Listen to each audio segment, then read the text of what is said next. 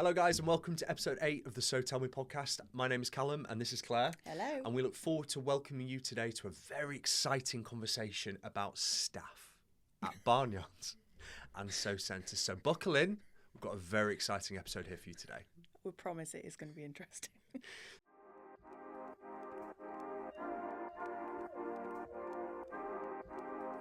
So effectively, we decided this topic 5 minutes ago. Well, I had a plan, of course, and then Callum went, nah. It was just a bit boring. Basically, it was collaborations, and we will. Still think it's interesting. No, it is interesting, but I feel like it's to talk about it for 30 minutes. I mean, I like talking, as you know, but I feel like 30 minutes of collaborations is just going to send me to sleep. Great. So, what have you decided to talk about today? So tell me, Claire. Okay, so I think we should talk about stuff behind the scenes. Mm-hmm. So we're fresh back from festival, the dust has settled, and what we want to do is talk to you about how an operation like this works. Mm-hmm. So, you know, how the business actually is set up, who is involved in what, who does what, mm-hmm. and how do they make my life easier so I don't need to do anything. Except this week when Ben's off and you're having to do everything. I'm having a meltdown, by the way. I actually don't want to give him too much credit here, but I absolutely cannot believe how mental busy it is. Yeah. So this is probably going to be the shortest podcast we've done yet because Callum's going to be like, I can hear the sales phone ringing. I had to come into work on time today because I was like, oh my God, I've got so much responsibility suddenly. I just can't believe it. Ben, you're welcome. I will clip this up and you can play it every single night. And Chris as well. Like, there's so much behind the scenes. Yeah. I've had to get the whiteboard out. I know. I've been like an industrial operation. Honestly, maybe we'll have to show them a picture of the whiteboard after because I can't actually deal with what is going on. There's just so much. Anyway. The podcast suite is my safe space. It's my podcast suite. I just want to come here, do the podcast and go home. That's my limit. Well, next week you can. Okay. When Ben's back. Fine. But in the meantime, Ben, have a great holiday. So how are we going to structure this new topic that you've come up with 5 minutes ago? Look, I think let's just talk about the way the business is structured. Mm-hmm. So we've got Barnyarns, we've got Sew Centre, and we've got new Topco company for new invention, new IP, new products, which at the moment has no staff. And also you can't talk about it. No. So we'll start with Barnyarns. We have Dom, who is... the man, the myth, the legend. Yeah, so he does all but refuses to be on camera. We'll just film him. There's a few GDPR issues there, but it's fine. So he does all the exhibitions. He also leads the team downstairs in warehouse dispatch. Mm-hmm. So all the orders that get processed and dispatched, Dom looks after. He deals with all the customer service with Kath. Yeah. You've got Kate, who deals with all of the Amazon, all of the eBay. She also deals with a lot of the picking, the packing, dispatch, and she deals with a lot of the stock control. Yeah. And then you've got Kath, who deals with all of the customer service like Dom. She does all the purchasing, all the orders, all the invoicing. And as a team, as a collective, they're a dream team. They're pretty dream teamy. You've then got Will Mellor, who is our head of operations. So he looks over the whole operations for both businesses. But his main role at the moment is, firstly, just to sort all our financials out because we've got about 42 businesses. So that's also quite important, apparently. You never make life easy, do you? Yeah, but he likes looking at the detail. I've never been one to look at that. So he just sends the financials to me and I go, yeah, brilliant. I don't even read it. I'm going to put a massive expense claim in. £1 million. No, don't do that. So he deals with all of that at the moment, but fundamentally he's imperative to sort the operation out of the business. Yeah.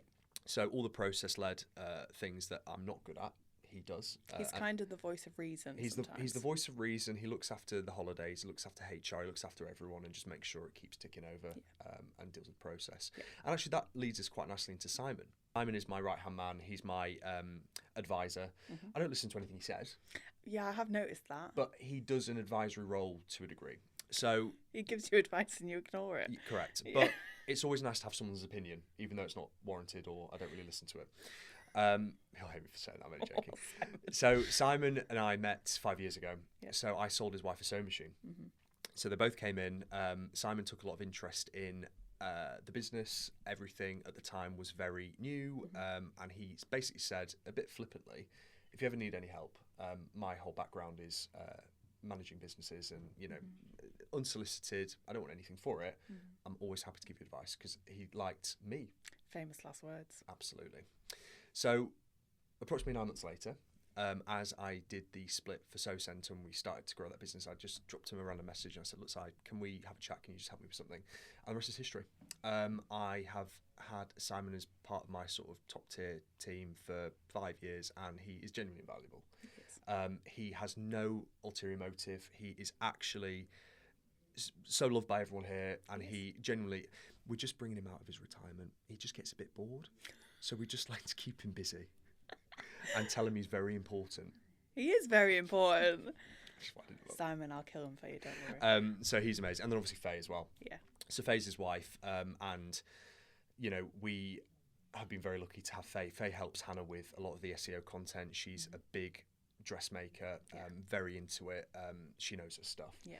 So we use Faye for a lot of the content, the knowledge behind the scenes, and she helps with a lot of our future planning for email marketing and all that sort of stuff. So she's great. Yeah. She also helped Hannah with the Liberty mystery boxes as well. She did. That sold out within the day. I can't believe this week, that. Which was fantastic. Well, it was, but we sold out, which is annoying. I feel like we could have sold that out 5 times over. Well, watch this space. You never know what's coming.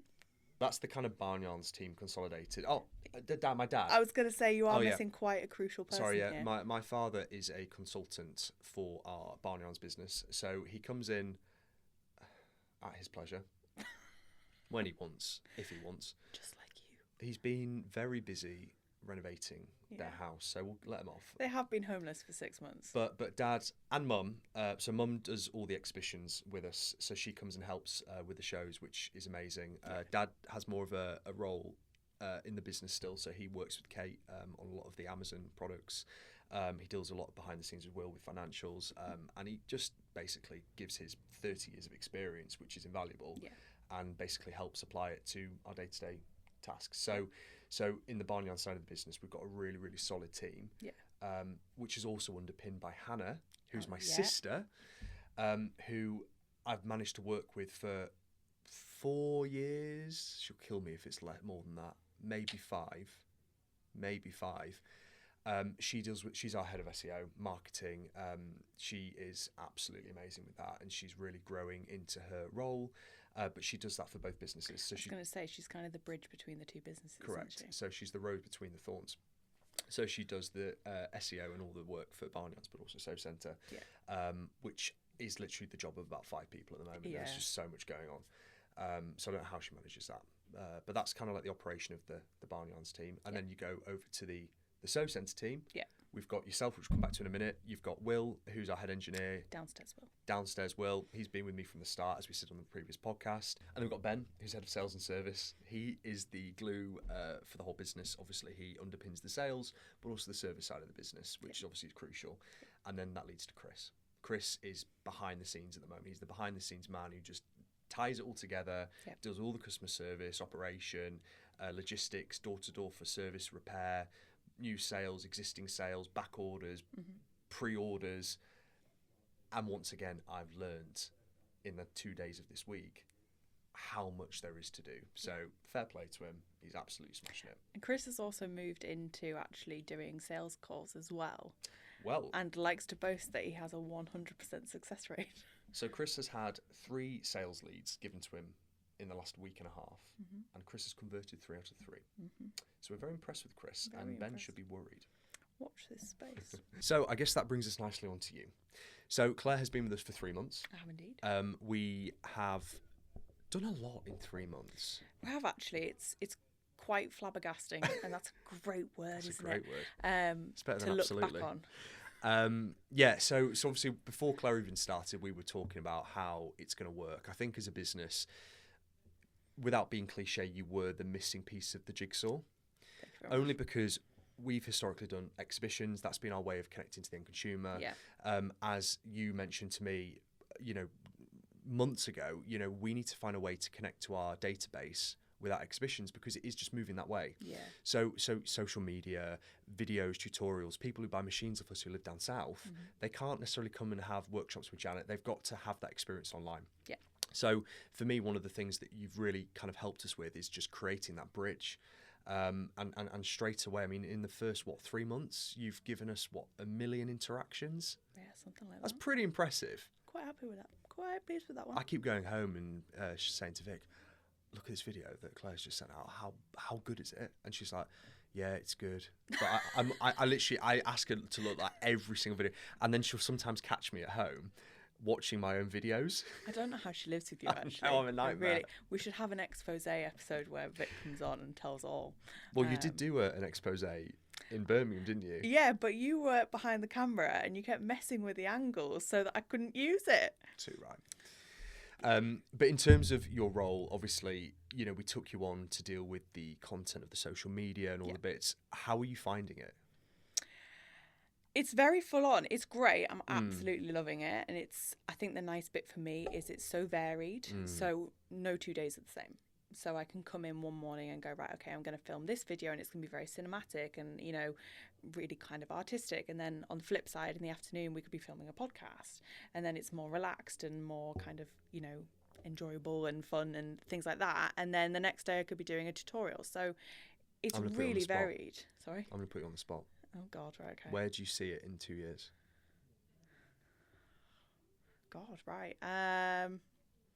Hopefully the podcast is still going and you've not lost interest. That's what Simon said. That's what I said at the beginning too. Once a week. Yeah. There's 52 weeks in the year. We might give ourselves a couple of weeks off. Do we do Christmas? No. We have to do a Christmas special. Yeah. Like Gavin and Stacey, we're not that big. We're not that big and we're not that funny, sadly. Yeah, I'm hoping the podcast will still be going because I think this is a really interesting medium. And I was even thinking about it the other day, you know, if I'm looking at a new sewing machine, previously I would have gone to YouTube. And I think our generation now is switching from watching things to listening things more so. Listening to things more so even. So it could be interesting to actually do reviews of products and machines on a podcast format. That is interesting. Because that's something I would definitely walk around the house listening to. So, you know, just unlocked another direction. There's a lot of potential that we can play with here. Obviously, you know, this is quite a unique podcast in that, yes, it's a sewing themed podcast, but we've also got the business side of things from you and looking at the, you know, the trials and tribulations of that and your experience and things you want to go towards in the future and, you know, bringing all that kind of dynamic in then. And then I'm kind of the flip side of that as the consumer. So it's interesting because you kind of get both angles here. So it's really interesting to, again, my mum has told me I need to stop saying it's really interesting. It's really interesting. Sorry, guys. Do you want to clap it? She's got it in my head. Do you want to clap it? No, it's fine. It is intriguing to think about. And I think there's a lot of potential with the podcast in terms of content. When we started talking about this role, I think what was very important to me was I feel that going forwards, aftercare and aftercare support with people who bought machines or products is probably going to be the number one most important thing of running a business. And do you know what the thing is as well? And I'll be completely honest here. I feel like when I first started selling machines, I just sold machines. Yeah. I didn't consider the technical element of the after sales. And to be honest with you, probably up until this year, you know, we sell top of the range, we sell mid, bottom range. I build a really nice rapport with the customers, and I have a genuine rapport. Like I really kind of get on with them, and like we build this relationship. They buy the machine, and then we kind of lose that interaction after that. And it's nothing personal. It's not, you know, like we're trying to just sell a machine and then never speak to them again. It's just I'm obviously preoccupied with having to keep moving the business forward and driving new sales, and we almost lose that rapport. And for me, that was such an alignment when you said that you really want to concentrate on the after sales, because for me, it's so important as well. Yeah. So how can we do that? Yeah, okay, we can communicate through podcasts, we can communicate through social media, and we just want to try and full circle it, especially with the Barnyarns side as well, because we've not even explored that yet. Yeah. You know, the threads we sell, the machines we sell, everything is symbiotic. Yeah, absolutely. So yeah. The thing I really wanted to focus on is making sure that we tick those boxes, which is why whenever I see people in person exhibitions, I say, you know, if there's something you want to see, please let us know. Yeah, we're happy to be led by direction. We are. And I think it's really important to listen to your consumer as well. Just not Simon. Because at the end of the day, they are what keeps the business growing, and we want them to come back, you know, whether it's, you know, they're buying a machine or they were buying accessories or, threads, You know, notions, and all that all kind of stuff. and all three of our Spotify viewers, if all three of you give us your opinion, then we might be able to get to 6 viewers soon. So let's just see where it goes. Indeed.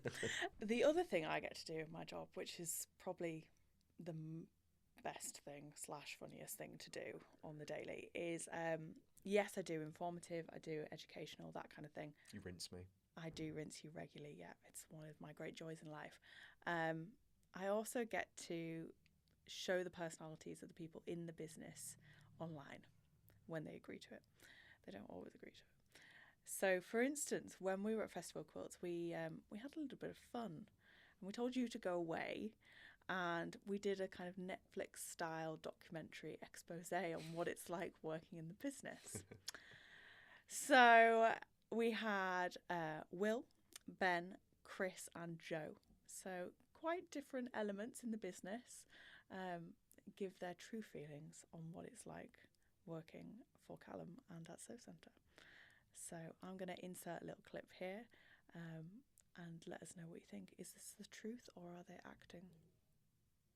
My life, going through a hard time with Sew Centre. I don't want to get upset about it. I'd like to start by talking about fountains. Every time I walk in the door, I have Ben on at me about part exchanges. Sell a sewing machine. Ben, your phone's ringing. Ben, your other phone's ringing. Ben, the third phone's ringing. I've got a lead for you, Ben. I've got another lead for you, Ben. Ben, there's another lead. Part exchange, inquiry. Ben. Fountains flow. I've been here a short time. It's been all right.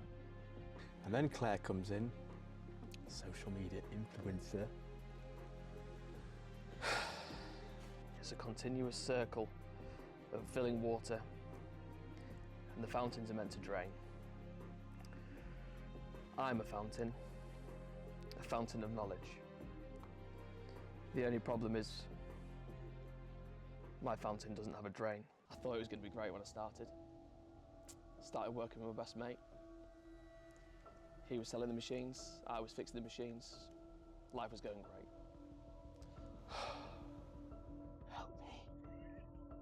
I needed to bring my best mate on board just to keep my sanity. My fountain has overflowed. I can't deal with the stress of everyone coming to the fountain of knowledge for help. It's draining. Someone drain the plug for me before I drain my energy and my soul. That's all I've got. I just want to feed my child and my wife. Sailing sewing machines with Callum McPherson.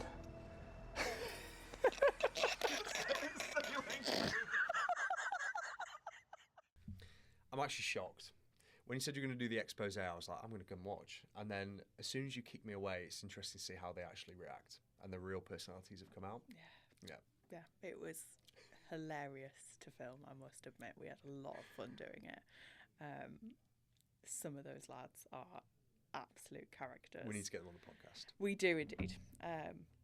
But yeah, it's a really fun part of my job is bringing their personalities, because I must admit everyone in the business is hilarious. We all get on really well, but they all have their very different, distinct personalities, which is really nice. Yeah. So it's a lot of fun to play with. Too right. But yeah, so I hope you've all enjoyed that expose. It may or may not be true. Let us know what you think in the comments. Shall we move swiftly on to our funny story of the week? Oh yeah, we've got some great news. So for the first 7 episodes, we have had to do our own stories because we've been waiting for the right story. We've had hundreds of people put stories in, but we didn't have we didn't have one story. So we've actually finally had our first ever story on the So Tell Me podcast, which is a monumental moment, and you've not told me what it is. I haven't. I've left it as a surprise. So well, I'm all ears. Hopefully we're going to get an authentic reaction. So I'm going to keep this individual anonymous because they haven't said they want to be anonymous, but just to cover the bases.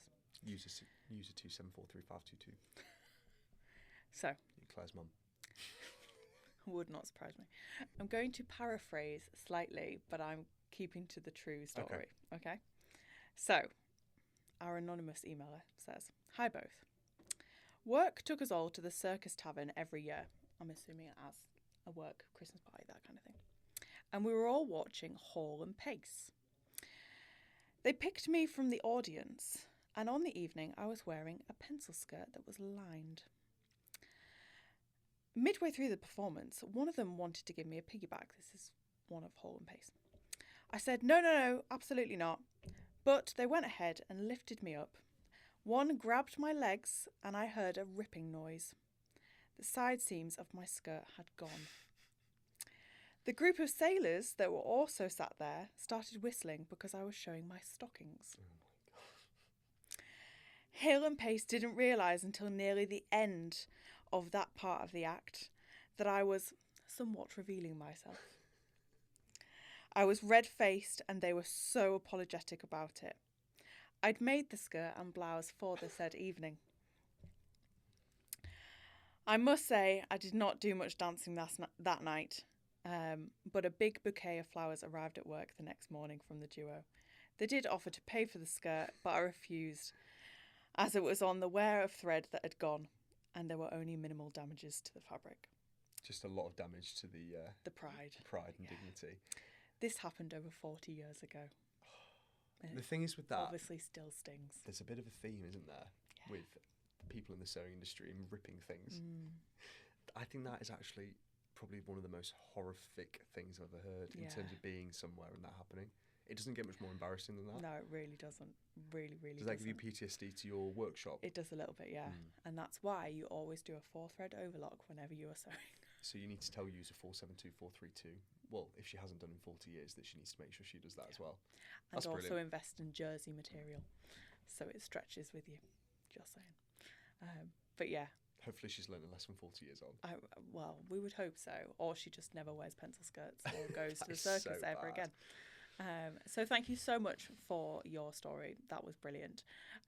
If you would like to send in a story, you can send it to claire@sewcentre.co.uk. I will also leave the email in the description of this video and podcast as well. Yes? I was just pointing up to the video that's giving the podcast. I thought you were going... I was putting my hand up. Miss, can I May talk? I speak? I was In just trying fact, maybe you should do that in future. to... Whoever holds the mug. The Your turn to talk. Talking mug. I was pointing up to the URL. Shall we wrap up this episode Yes. so you can get back to your sales phone and I can Well, we've edit got out all of my we've got 2 absolutes? truths and a lie to do, yeah? I know, that's what I mean. Oh, okay, fine. So, let me recap mine from last week. And I must admit, mine were below par last week, so I apologise. I thought they were funny. The Teletubbies one was brilliant. I'm really actually quite interested to see if that's true or not. So, my statements from last week were, in no particular order. Statement number 1. I managed to sew through my finger with a needle, and on a sewing machine, that is, and I still have a black mark on my finger from where it went through. That is statement number 1. Statement number 2 is that when I was a child, I used to tell everybody that I was the child in the sun on the Teletubbies. I believe it. I believe it. Statement number 3 is when I was at college, I absolutely hated sewing because I didn't understand how Believe it that worked. as well. So tell me, Callum, which one is a lie? Needle through the finger. That is correct. You were on the Teletubbies. No, I told everyone I was on the Teletubbies. I was not. I was just about to get your signature. If that was true, that is one of the coolest things I've ever heard. I wish, but I used to tell everyone. I don't know why. I just got it Can in we my just do head. a quick comparison with Claire against the Teletubbies son, and you'll see exactly why I 100% just thought you were the actor on the Teletubbies. No, it is Do the the theme greatest. tune. You did off camera. Absolutely not. Tinky Winky. Should we watch So you weren't on the Teletubbies after? Teletubbies. I wasn't, but I used to tell everyone I was the kid in the sun. It's uncanny. It's actually uncanny. I just got it in my head. You've I still don't know got a baby why. face. Rude. Not that baby face. That was literally a baby, wasn't it? Yes. Okay. Yeah. Anyway, we digress. But yeah, I used to tell everyone I was a liar from the start as a child. It's all coming out now, isn't it? It is. So it's time for my 2 truths and a lie. Mm-hmm. So I've accidentally just told you one of my truths off camera. So you've got to pretend that you don't know. So you've got to put your best poker face on. Luckily for you, I'm an excellent actress. And liar, apparently.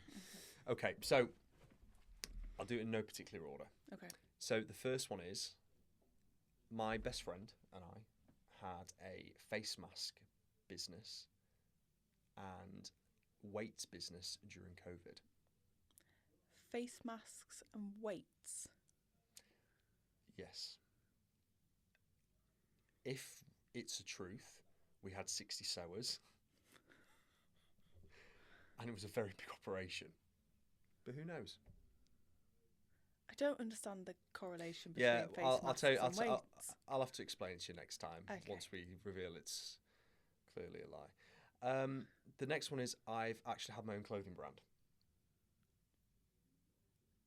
Okay, I could believe it. Yeah, What was it called? bespoke. I could believe it, yeah. Okay. And the third one is, I used to work for a company that sold cheese, and I couldn't believe how big the profit margins were, so I decided to start my own cheese business. Right. Did you have cows?